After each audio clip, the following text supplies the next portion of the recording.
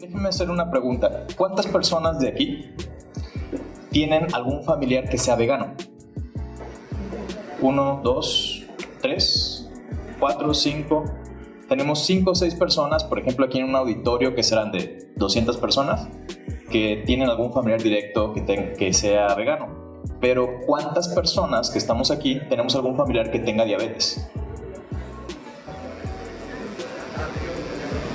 Muy bien.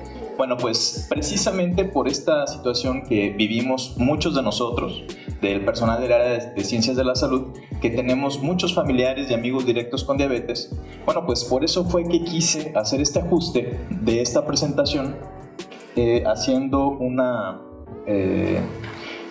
análisis exhaustivo, pues lo que sería el veganismo en personas con diabetes.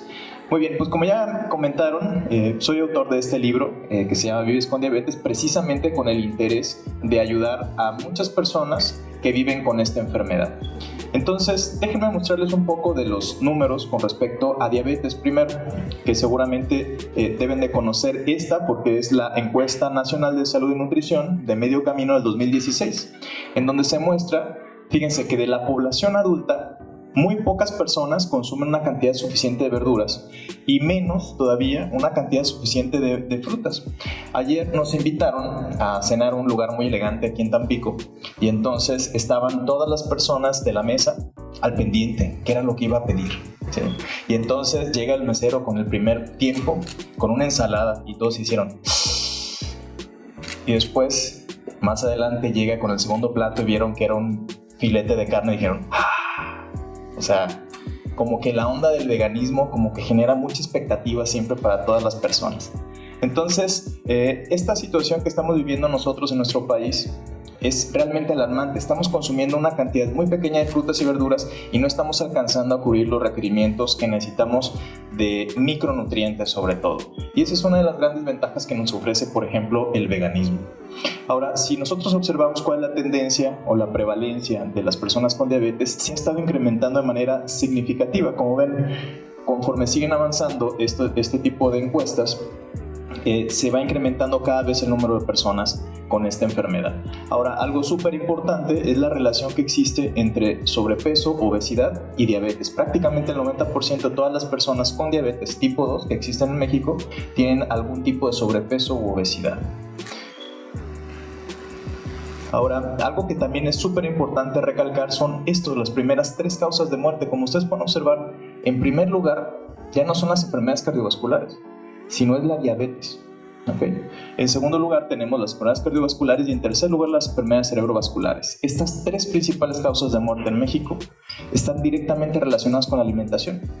¿Qué es lo que estamos haciendo? Que no nos estamos alimentando como deberíamos, no estamos haciendo las cosas que tenemos que hacer, ni estamos activándonos físicamente, ni estamos llegando a la población para hacerles ver los beneficios de tener una alimentación mucho más saludable. Chihuahua, perdón. Muy bien. Fíjense, algo muy importante en esto que son las defunciones por diabetes, fíjense, es que solamente una cantidad, un porcentaje muy pequeño realmente de la población con diabetes tienen un buen control metabólico. Entonces, estamos hablando que solamente el 16% de todas las personas que viven con diabetes tienen un control adecuado. ¿Qué pasa con el resto de las personas?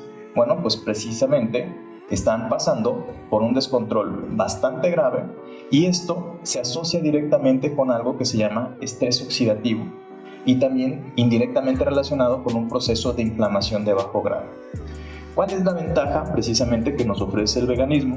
Bueno, pues que al incrementar el consumo de muchos alimentos de origen vegetal, estamos consumiendo una mayor cantidad de fitonutrientes. Y estos fitonutrientes tienen efectos precisamente antioxidantes y antiinflamatorios. Entonces, cuando una persona, por ejemplo, que vive con diabetes, empieza a consumir una mayor cantidad de verduras, una mayor cantidad de frutas, bueno, pues lo que empieza a suceder es que estos fitonutrientes empiezan a hacer acción, ¿sí? Empiezan a funcionar modulando precisamente la respuesta inflamatoria y el estrés oxidativo. Y entonces observan un beneficio inmediato. ¿Cuáles son todas estas situaciones asociadas al estrés oxidativo? Como ven, puede estar asociado directamente a desarrollar enfermedad cardiovascular. ¿Cuántas personas no conocen con diabetes que tengan o que hayan tenido un infarto? al corazón o un infarto cerebral, ¿sí? O que están perdiendo cada vez más la vista, o que ahora tienen que ser dializados para poder controlar sus desechos nitrogenados, o que se quejan de que tienen neuropatía diabética. Muchas de estas situaciones, para la mayor parte de las personas con diabetes, solamente las escuchan como si fuera algo lejano, como si fuera algo ajeno a ellos. Sin embargo, pues es una situación que se observa y que podemos ver cada día en cada vez más pacientes. Entonces, este es un aspecto muy importante que nosotros necesitamos recordar. Cuando estamos pensando en un esquema de alimentación adecuada para una persona con diabetes, tenemos que pensar en este desbalance que se llama estrés oxidativo, entre la cantidad de radicales libres producidos, incluso por el mismo descontrol de la enfermedad, con la cantidad de antioxidantes que estamos consumiendo. Nosotros conocemos muchos antioxidantes en la alimentación que tienen efectos pues, básicos, como podría ser la vitamina E, la vitamina C, los betacarotenos. Sin embargo, también tenemos otro tipo de antioxidantes que nosotros mismos producimos que tienen un efecto mucho más potente, como podría ser la glutatio peroxidasa, la catalasa y la superóxido dismutasa. Bueno, estos sistemas antioxidantes, que son mucho más potentes que las mismas vitaminas, responden a estímulos derivados del consumo de ciertos minerales. Así es que necesitamos empezar a retomar este desbalance entre la cantidad de radicales libres y la cantidad de antioxidantes que estamos consumiendo. Ahora, esto que nosotros observamos en la encuesta nacional de nutrición de Medio Camino del 2016, lo vemos también reflejado en este documento que son las guías alimentarias y de actividad física de la Academia Nacional de Medicina de México, en donde dice que la mayor parte de los mexicanos no logramos cubrir los requerimientos de vitaminas y minerales, entre otras, como podemos observar, la vitamina C, de calcio, hierro, entre otros, y acá también podemos observar algunos otros minerales, como podría ser el magnesio y el zinc. El magnesio y el zinc son precisamente de estos minerales que les estaba hablando hace un momento, que estimulan la producción de sistemas antioxidantes endógenos mucho más potentes. Entonces, no lo estamos logrando, ¿sí? No estamos llegando a la población a que hagan lo que tengan que hacer. Y nosotros mismos, como parte del personal de Ciencias de la Salud, tenemos que vivirlo de esta manera. Si yo le recomiendo a una persona que haga ejercicio, es porque yo hago ejercicio. Si yo le estoy recomendando a una persona que coma más frutas y verduras, es porque yo los estoy consumiendo. Si no, estoy siendo incongruente, ¿ok? Y esto es algo que ofrece el veganismo. La persona que entra en el veganismo inmediatamente empieza a consumir más cantidad de frutas, verduras, reduce el consumo de grasas saturadas y empieza a consumir también más cereales integrales. Entonces está recibiendo su cuerpo cada vez más cantidad de estos micronutrientes que pueden ayudar a mejorar el perfil metabólico de los pacientes con diabetes. Muy bien, ¿qué es lo que recomienda la Asociación Americana de Diabetes? Desde la publicación de este año, de las actualizaciones de este año, sugieren estos 4 tipos diferentes de alimentación. La dieta mediterránea, que conocemos muy bien por su mayor contenido de aceite de oliva, una cantidad de grasas más elevada, frutas, verduras, cereales integrales, poca cantidad de carnes y principalmente son carnes blancas. ¿Qué más? La dieta DASH, que es, digamos, la versión norteamericana de la dieta mediterránea, que es un plan de alimentación mucho más fácil de llevar y que se parece mucho más a lo que nosotros recomendamos en la práctica clínica. También sugiere la ADA, una dieta vegana o basada en plantas. Entonces, ¿será conveniente o no que la persona con diabetes lleve una dieta de este tipo? ¿Qué más? La dieta baja en carbohidratos, que también ha sido muy criticada por muchas personas del área de nutrición, sin embargo, que se ha observado realmente grandes beneficios manteniendo el control de la glucemia y del perfil lipídico en pacientes con diabetes. Sin embargo, por el tema de la presentación del día de hoy, nos vamos a centrar precisamente en la dieta vegana o basada en plantas. Fíjense, si nosotros observamos este plato, ¿qué alimentos de origen animal encuentran? Son unos waffles que pueden estar hechos con leche de almendras, de grasa pueden utilizar aceite de coco, frutas, más frutas. Este sería un alimento vegano, ¿sí o no? ¿No se escucha, sí o no? Sí. Sin embargo, ¿cuál es el contenido de carbohidratos que tiene este plato? Es completo. 100% de los alimentos que están incluyendo en este plato son carbohidratos. Entonces, si nosotros recomendamos una dieta vegana, y no hacemos las recomendaciones adecuadas, muchos de nuestros pacientes pueden terminar así, pensando en que están consumiendo una alimentación saludable porque es vegana, ¿sí? Porque están consumiendo más frutas, porque no están consumiendo alimentos de origen animal. Sin embargo, esto no necesariamente le va a ayudar a que tenga un buen control metabólico. Entonces, cuando nosotros hacemos recomendaciones de este tipo, tenemos que ayudarle al paciente que identifique cuál es el patrón adecuado, ¿sí?, de alimentación vegana que necesita consumir. Ahora, hace un momento les había platicado que tenemos entonces muchos de estos que son fitonutrientes. Estos fitonutrientes, por ejemplo, los encontramos en diferentes colores de frutas y verduras y tenemos varias gamas. Yo generalmente las acumulo o las identifico pues de esta manera, como de colores verde, blanco y rojo, que son como la bandera de México, ¿sí? Fácil, ¿sí? Todo el mundo lo recuerda, verde, blanco y rojo, frutas y verduras. Luego tenemos del amarillo al rojo intenso y después tenemos azul morado. Bueno, cada una de estas gamas de frutas y verduras de estos colores tienen diferentes beneficios por este tipo de fitonutrientes de los cuales platicábamos hace un momento, ¿sí? De estos tipos de fitonutrientes, todos, sin excepción, caen precisamente mejorando lo que sería el estrés oxidativo y la inflamación. Entonces podemos observar de los diferentes colores que no nada más mejora los aspectos metabólicos relacionados con las personas que viven con diabetes, sino que también ayudan a mejorar muchas otras enfermedades, previniéndolas y cuando ya las tienen, mejorando también las condiciones de los pacientes. Muy bien, pues es importante entonces recordar que de los diferentes tipos de dietas vegetarianas tenemos en primer lugar la vegana, que es el vegetarianismo estricto o puro, en donde no consumen ningún alimento de origen animal, ni huevo ni leche, ¿ok?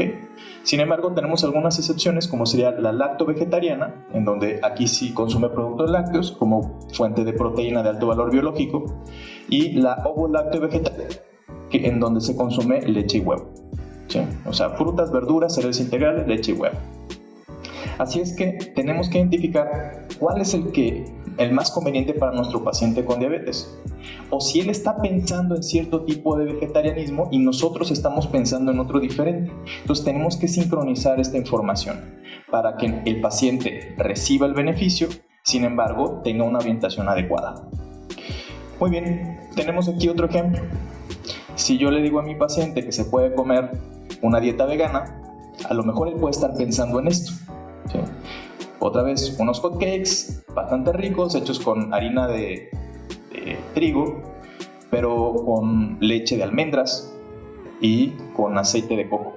Y si le pone miel, pues la miel también es natural y todo el mundo ha escuchado que la miel tiene muchas propiedades, ¿no? Entonces, pues bueno, a lo mejor esas propiedades le puede beneficiar al paciente con diabetes. Si una persona con diabetes se consume un plato de este calibre, pues generalmente lo que podemos observar van a ser una hiperglucemia, pero que va así, como cohete, ¿sale? O podemos pensar en un plato así. A lo mejor nuestro paciente está pensando en el plato anterior y nosotros estamos pensando que lleve un plato como este, ¿ok? Entonces necesitamos sincronizar esta información para que nuestro paciente realmente obtenga el beneficio y no que se sienta enojado o frustrado porque él pensaba que el veganismo era una manera y nosotros le estamos diciendo que es de una forma diferente.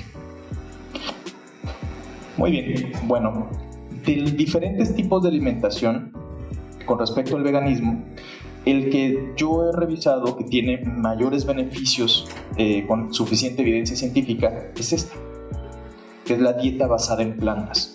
La dieta basada en plantas se caracteriza por estos aspectos. Uno, principalmente el consumo de verduras debe de ser verduras sin almidones, ¿okay? Es decir, principalmente verduras de hoja, ¿okay? De hoja verde. Algunas verduras con almidón, sin embargo, deben de estar apenas cocidas. Las personas que llevan la dieta basada en plantas no consumen ningún alimento que haya sido cocido a más de 35 grados centígrados. ¿Okay? Entonces debe de tener todavía cierto grado de firmeza y esto nos asegura que los fitonutrientes estén presentes y que la fibra se mantenga todavía intacta. Porque si ustedes recuerdan, cuando sometemos un proceso de cocción a una fruta o una verdura, esta fibra van rompiendo los enlaces de glucosa que forman la fibra. entonces se va liberando glucosa y entonces las frutas y verduras tienen un sabor más dulce y también incrementan más los niveles de glucosa en sangre porque esta glucosa ya es más fácil de que se pueda digerir. ¿Qué más? Las frutas, obviamente crudas, cereales de grano entero, estas también preferentemente apenas cocidas, las leguminosas, algunas fuentes vegetales de omega 3 y estas leches vegetales famosas, y lo puse entre comillas, porque en realidad pues no son leche. ¿Sí? Son preparados similares o que pueden tener una consistencia, un color parecido a la leche, sin embargo no tiene todos los nutrientes que tiene la leche de vaca, tiene otros diferentes. ¿Sí? Entonces solamente necesitamos entender eso y hacerle entender a nuestro paciente que cuando toma leche de almendras, ¿sí?, o leche de coco, posiblemente no esté cubriendo ni la cantidad de calcio ni la cantidad de vitamina D que su cuerpo necesita. Entonces tendríamos que buscar otra fuente diferente de cómo nosotros podemos aportarle estos micronutrientes. Muy bien, ¿cuáles son las ventajas de esta dieta basada en plantas? Independientemente del estudio que ustedes revisen, que existen suficientes en PubMed, bueno, casi todas se concentran en esto, que no hay control de las porciones.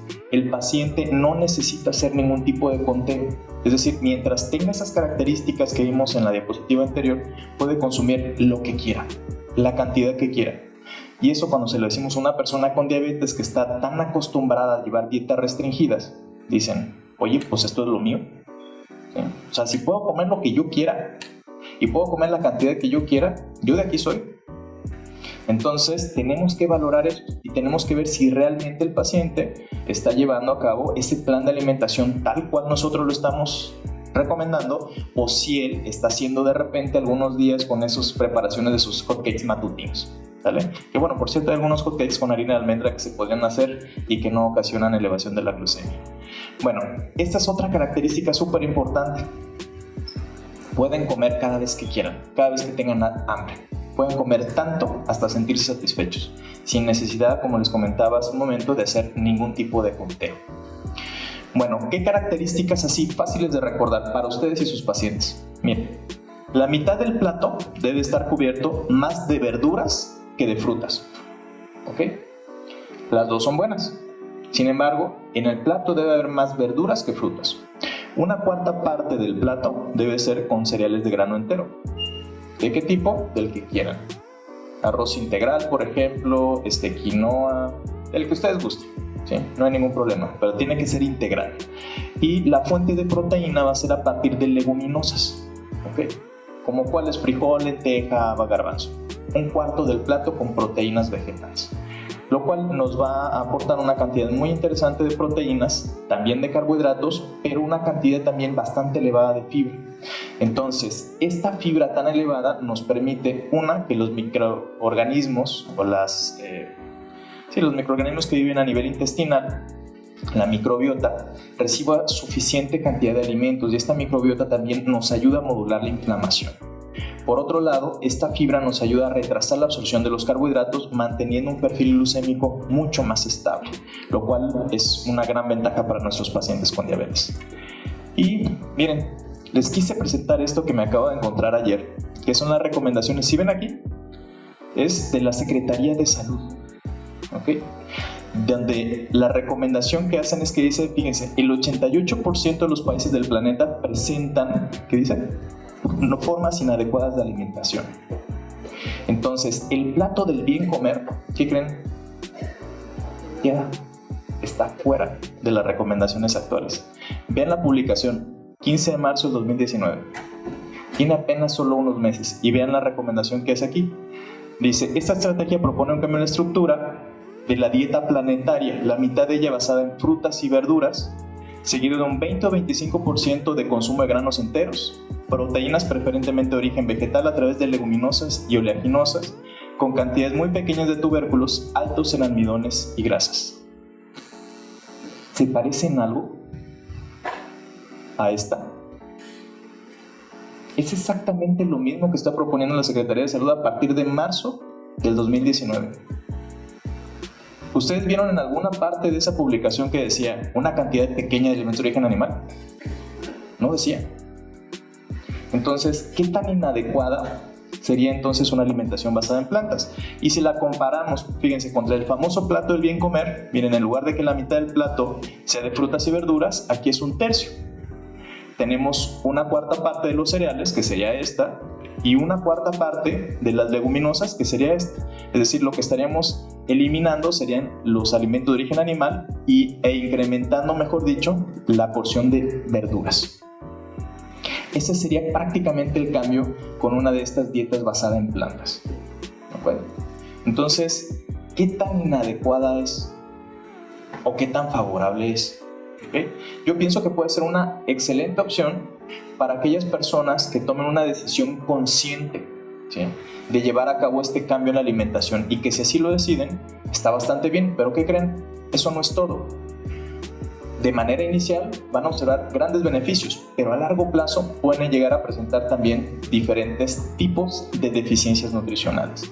Ahora, miren, estas son en uno de los artículos, que por cierto no le puse aquí la publicación, pero se los envío, en donde muestran todos estos beneficios en personas con diabetes que llevan una dieta basada en plantas, ¿sí? Mejoría en pacientes con diabetes tipo 2. Como ustedes pueden observar, dice que mejora las concentraciones de glucosa en ayuno, mejora las concentraciones de hemoglobina glucosilada, favorece la disminución o la eliminación del consumo de medicamentos como hipoglucemiantes orales, mejora el IMC, el peso del paciente, la circunferencia de cintura, reduce la cantidad de colesterol total, disminuye la cantidad de LDL, mejora los niveles de HDL y también se ha asociado con mejores scores relacionados con depresión.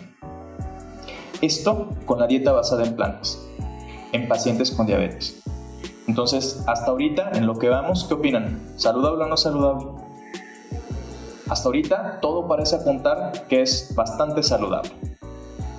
Ok, sin embargo, a nosotros en nutrición preocupa de una dieta con estas características.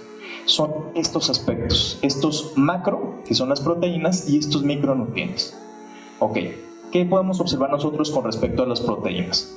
Bueno, para poder dar una cantidad adecuada de proteínas para pacientes con una dieta basada en plantas, necesitamos cubrir al menos 1.2 gramos de proteínas por kilo de proteínas de origen vegetal. ¿Ok? También necesitamos asegurar las combinaciones entre las leguminosas con cereales integrales y también las oleaginosas. Cuando nosotras hacemos esta combinación, o le recomendamos a los pacientes este tipo de combinaciones, podemos llegar a cubrir el tipo de aminoácidos carentes en un grupo de alimentos y en otro. ¿Okay? De esta manera podemos aportar un perfil de aminoácidos más completo en diferentes grupos de alimentos. ¿Okay? De esta manera, el paciente podría llegar a cubrir la cantidad de proteínas que su cuerpo requiere sin complicaciones. Ahora, tenemos un problema muy importante, que son los antinutrientes. Resulta que existen diferentes tipos de factores en la alimentación, sobre todo precisamente en ese tipo de alimentos como frutas, verduras y algunos otros, como sería el ácido fítico, los oxalatos, y también tenemos aquí algunos otros como los taninos. Este tipo de antinutrientes nos van a bloquear la absorción de algunos macronutrientes, como son estos, como las proteínas, y también nos pueden disminuir la absorción de algunos micronutrientes. Entonces, como pueden observar, existen en una gran cantidad de los alimentos que consumimos diariamente, y que puede bloquear entonces la absorción de estos micro y macronutrientes que necesitamos para nuestros pacientes que están llevando a cabo este tipo de dieta basada en plantas. ¿Qué otra cosa? La B12. Si ustedes recuerdan, estas son algunas de las principales funciones de la vitamina B2. Ahora, ¿por qué nos preocupa tanto en nutrición? Bueno, pues porque los alimentos de origen vegetal tienen una cantidad baja de vitamina B12. La B12 la encontramos principalmente en el hígado de res y en los alimentos de origen animal. Entonces, no es que no se pueda, sin embargo, necesitaremos consumir cantidades demasiado elevadas de alimentos de origen vegetal para alcanzar a cubrir los requerimientos de B12. Y como podemos observar, muchos de los funcionamientos son completamente indispensables. Y entre otros, aquí nos encontramos con el metabolismo de los mismos hidratos de carbono. Entonces, tenemos que asegurar el consumo de B12 para que nuestros pacientes estén en buenas condiciones. Ok, ¿Cuándo es conveniente suplementar la B12? Una de las características es cuando una persona está llevando a cabo una dieta vegetariana. Estas son algunas otras características, y si las sumamos, por ejemplo, si tenemos un paciente que sea vegano y que sea mayor de 50 años, necesitamos tener todavía un mejor seguimiento para ese tipo de pacientes, porque entonces se puede llegar a presentar la deficiencia de B12. Y la deficiencia de B12 no nada más lo observamos como una anemia megaloblástica, como lo menciona en los libros de medicina y nutrición, sino también podemos observar esto, una neuropatía. Si ustedes recuerdan, por el estrés oxidativo se van a ver afectados también los nervios de los pacientes con diabetes. Así es que nosotros le recomendamos una dieta de este tipo. Podemos acelerar la deficiencia de B12, podemos empeorar la neuropatía en una persona que lleva una dieta de estas características, y si la persona además está tomando metformina, tenemos triple riesgo. Que por cierto, la metformina es la monoterapia para el control de la glucemia más común en pacientes con diabetes tipo 2. Entonces, ¿qué es lo que tenemos que hacer con ese tipo de pacientes? Bueno, pues necesitamos suplementar. ¿Cuánto? Entre 1000 y 2000 microgramos por día, para que pueda revertir este proceso, ¿sí?, del daño a los nervios, de la neuropatía ocasionada por la deficiencia de B12. Entonces, ¿es conveniente una alimentación basada en plantas? Sí, pero necesitamos revisar muchos de estos aspectos. Si yo solamente le recomiendo una dieta basada en plantas a una persona con diabetes y no me aseguro que esté consumiendo suficiente B12, va a presentarse un problema seguro dentro de 3 o 4 meses. De manera inicial se va a sentir muy bien, pero dentro de 3 o 4 meses va a estar llorando por la neuropatía que presenta. Ok, ¿qué más? Con respecto a los ácidos grasos, no sé si ustedes recuerdan sus clases de bioquímica, de fisiología, de los diferentes tipos de ácidos grasos. Me voy a enfocar en estos, que son los ácidos grasos omega 3. De los omega 3, bueno, tenemos el de origen vegetal, que es el alfa-linolénico, y tenemos estos dos que son de origen animal, que principalmente los encontramos en aceites de pescado, como sería el EPA y el DHA. Ahora, ¿cuáles son algunas de las principales fuentes de este tipo de ácidos grasos? Como podemos observar, fíjense, de ácido alfa-linolénico, que este es un ácido graso esencial, lo encontramos en verduras de hoja verde, en semillas de chía, en semillas de linaza, en cánola y en algunas nueces. Entonces, muchas de las personas que son veganos utilizan estas dos fuentes principales de omega 3. Insisto, el ácido alfa-linolénico es un ácido graso esencial, y exactamente, es un ácido graso omega 3. Sin embargo, no modulan la inflamación. Los que modulan la inflamación son estos, el EPA y el DHA. Y una persona con diabetes vive con inflamación de bajo grado. Entonces, para poder modular esta inflamación de bajo grado, necesitamos un consumo adecuado de este tipo de fuentes animales de omega 3. Y por eso la recomendación de la Asociación Americana del Corazón, que deben de consumir pescados o mariscos, las personas con diabetes, al menos 2 o 3 veces por semana, con la intención de cubrir precisamente este tipo de ácidos grasos. Ahora, las personas que llevan a cabo este tipo de dietas veganas y que utilizan solamente ácido alfa-linolénico como fuente de omega 3, bueno, si fueran personas sanas, una buena parte se puede convertir, es decir, el 8% de la dieta de ALA se puede convertir en EPA y el 0.4% se puede convertir en DHA. Esto en hombres. En mujeres el proceso de conversión es un poco mayor.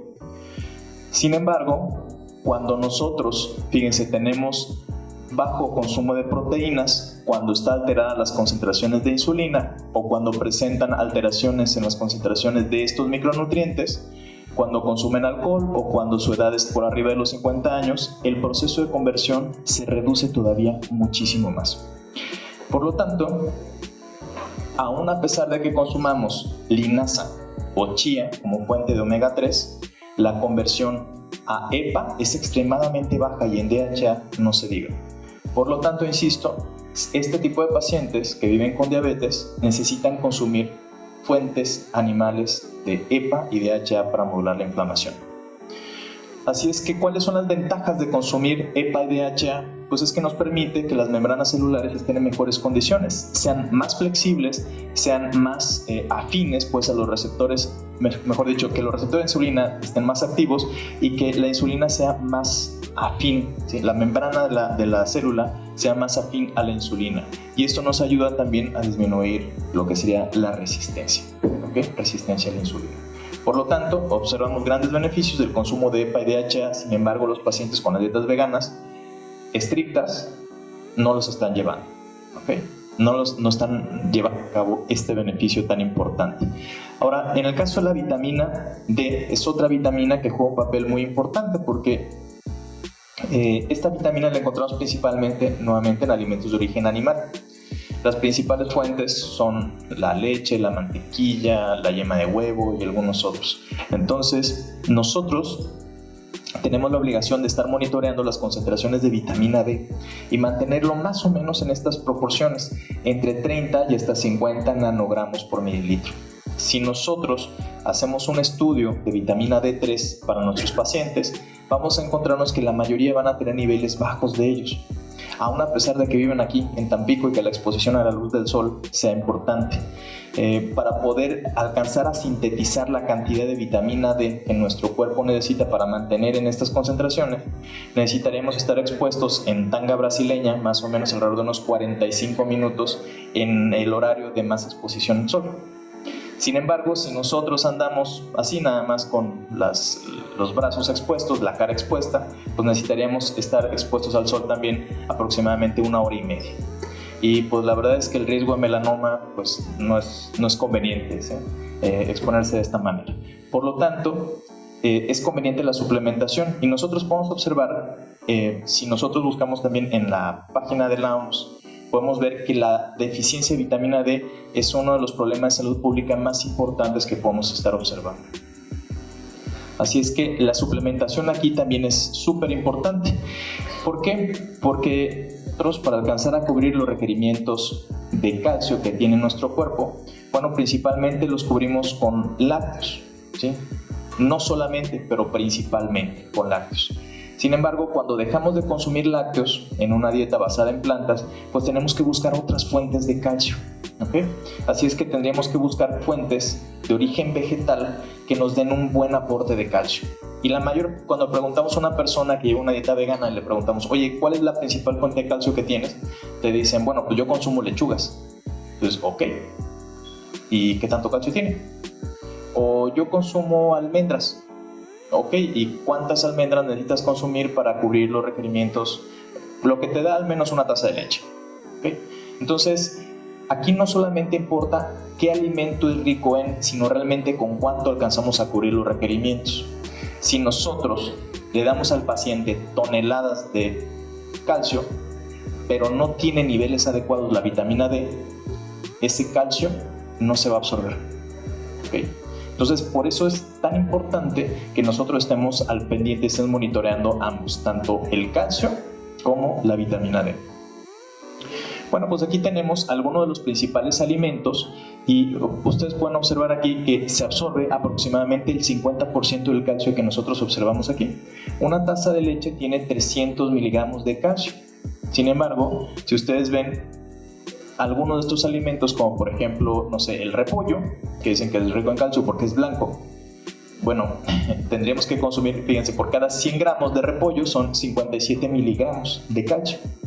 Es decir, para alcanzar a cubrir el equivalente a una taza de leche, tendría que comerse 600 gramos de repollo. Entonces, no sé cuánto repollo coman ustedes, pero digo, es un poco complejo, ¿verdad? Bueno, y de esta cantidad no se va a absorber todo, sino se va a absorber el 50%. ¿Sale? ¿Qué más? Tenemos estos otros alimentos que se va a absorber aproximadamente un 30% del calcio. Observamos aquí también el tofu, pero fíjense, no cualquier tofu, tiene que ser tofu que esté elaborado o enriquecido con sulfato de calcio o con cloruro de calcio. Entonces, si ustedes van a comprar tofu, chequen cuánto calcio tiene, si es que lo van a consumir por su fuente de calcio. ¿Ok? ¿Qué más? algunas bebidas o yogures vegetales que estén fortificados, pues aquí sí, si están fortificados pueden encontrar un buen aporte de calcio, pero si no están fortificados, definitivamente el consumo es bajo. Vean, estos se absorbe el 20%, y aquí es donde encontramos la famosa almendra que defienden muchas personas que son veganos. Entonces, sí tiene una cantidad importante, casi equivalente a una taza de leche, pero tendríamos que comer 100 gramos de almendras. Y con estos 100 gramos de almendras estaríamos comiendo más o menos cerca de 900 calorías. Entonces, aquí en nutrición necesitamos mantener un equilibrio entre estos aspectos, es decir, no nada más cubrir el calcio, sino también vigilar que la cantidad de calorías sea adecuada y que la cantidad, por ejemplo, de ácidos grasos también sean adecuados. ¿Sale? Entonces, bueno, no con esto quiero decir que no se pueda, sino que necesitamos vigilarlo y ver de qué forma podemos ayudarle a estos pacientes, a largo plazo sobre todo. Muy bien, entonces si lo ponemos así, una taza de leche nos va a aportar 300 miligramos de calcio y sería el equivalente a esto. ¿Vale? Entonces, un plato de brócoli, pues digo, no está tan difícil comerlo, pero díganme, a ver, ¿de aquí quién se comió ayer un plato de brócoli? Muy bien, ya se comieron sus 300 miligramos de calcio, vamos a ponerle palomita. Muy bien, va perfecto, pero bien, aquí tenemos algunas otras opciones. Las 2 cucharadas sopillas de semillas de ajonjolí, pues también está fácil, ¿no? Pero un plato de garbanzos y una taza de almendras, pues ya a lo mejor está un poquito más complicado. ¿Sale? Entonces tenemos que ver de qué forma sí se puede apoyar a este tipo de pacientes, porque sí se puede. Sin embargo, no es así nada más decir, pues cómete tal cosa. No, tenemos que decirle cuánto para alcanzarlo a cubrir. ¿Ok? Muy bien, también existen estos otros factores que son inhibidores de la absorción de calcio. Tenemos aquí el hierro, los pitatos y los oxalatos. El hierro, bueno, si consumimos alimentos ricos en hierro, tenemos las leguminosas. Si tenemos alimentos ricos en fitatos, también están cereales integrales o leguminosas. Entonces, a lo que voy con esto es que le damos una cosa y le quitamos otra. Ahora, el cuerpo es muy interesante cómo funciona y la capacidad de adaptabilidad que tiene. Porque aún a pesar de que existen estos antinutrientes, como se le denominan, bueno, a largo plazo las personas se adaptan y entonces pueden llegar a absorber el calcio, aún a pesar de que sea en una proporción pequeña, o el hierro, aún a pesar de que se dé también en una proporción pequeña. Es decir, el intestino se vuelve más receptivo porque las concentraciones están cada vez más bajas. Entonces, aquí tenemos algunas técnicas que nos pueden ayudar precisamente con la absorción del calcio. Fíjense, cocer por más tiempo, remojar, por ejemplo, este tipo de alimentos nos ayuda a que se libere el calcio, fermentarlo, germinarlo, tostarlo, y por otro lado, cualquiera de estas acciones nos van a ayudar a inactivar lo que sería el ácido fítico. Bien, en el caso del hierro, vean, este es un aspecto súper importante. Fíjense, la absorción del hierro en vegetarianos puede estar aumentada porque los depósitos son más bajos. Esto, insisto, no se da a corto plazo, se da a largo plazo, después de 3 o 6 meses. Entonces, pues sí es conveniente estar monitoreando también las concentraciones de hierro para evitar que se presenten anemias en ese tipo de pacientes. Ahora, ¿cuáles son las principales fuentes de hierro en personas que llevan a cabo una dieta vegana o basada en plantas? Bueno, pues indiscutiblemente tenemos en primer lugar las leguminosas. ¿Ok? Bueno, ¿cuánto es lo recomendable? Fíjense, en adultos, hombres 8 miligramos de hierro, mujeres 18. ¿Por qué? Por las pérdidas menstruales, que son incrementadas los aportes de hierro. Sin embargo, en dietas veganas los requerimientos pueden estar prácticamente, se necesita lo doble. ¿Okay? Lo doble de hierro para asegurar que se llegue a absorber. Bueno, ¿y cuáles son algunos factores que nos van a mejorar la absorción del hierro? Pues aquí, como ven, alimentos que tengan vitamina C y vitamina A, que si consume una dieta basada en plantas no va a tener problema con esto. Pero tenemos estos otros, como el consumo de ciertas sustancias como los zonos FOS, que los encontramos en la cebolla, sandía, espárragos y algunos otros. Pero este es otro aspecto muy importante, que las abuelas lo hacían, pero nosotros cada vez menos. ¿Okay? Que es cocinar en sartenes de hierro, ¿sí? En sartenes de metal, de acero. Ok, muy bien, entonces, ¿cuáles son algunos de los principales factores que nos inhiben la absorción del hierro? Pues tenemos aquí los alimentos ricos en zinc, los que son ricos en polifenoles, los que son ricos en fitato, los que son ricos en oxalatos, en taninos y en fibra. Entonces, el hierro, aún a pesar de que puede mejorar la absorción con el paso del tiempo y que se adapta al intestino, tenemos en contra que hay muchos antinutrientes. Por lo tanto, insisto, necesitamos monitorearlos, ¿sí? Monitorear las concentraciones de hierro a través de la cinética del hierro y checando también las concentraciones de hemoglobina y hematócrito. Muy bien, ¿cómo vamos hasta aquí? Ya los vemos medios cabeceando, ¿no? ¿Más o menos? ¿Bien? ¿Vientos? Eso. Va. Muy bien, las recomendaciones para mí sería esto. O sea, tendría que hacer una recomendación adecuada para una persona con diabetes que está interesada en llevar a cabo una dieta basada en plantas, sobre todo con la intención de ayudarlo a que esté consumiendo la cantidad que requiere. O sea, es decir, no nada más la orientación alimentaria, es decir, deja de consumir alimentos de origen animal, no consuma refrescos ni alimentos industrializados, sino una orientación que sea mucho más adecuada y sobre todo asegurar el consumo óptimo de proteínas y suplementar estos micronutrientes que acabamos de observar. Ahora, si nosotros retomamos la parte de la B12, hay un aspecto también súper importante que es necesario recalcar, y es que no nada más la deficiencia puede ocasionar anemia megaloblástica, no nada más puede ocasionar daño al tejido nervioso y empeorar la neuropatía periférica y visceral. También tenemos otros aspectos, como alterar las concentraciones de homocisteína.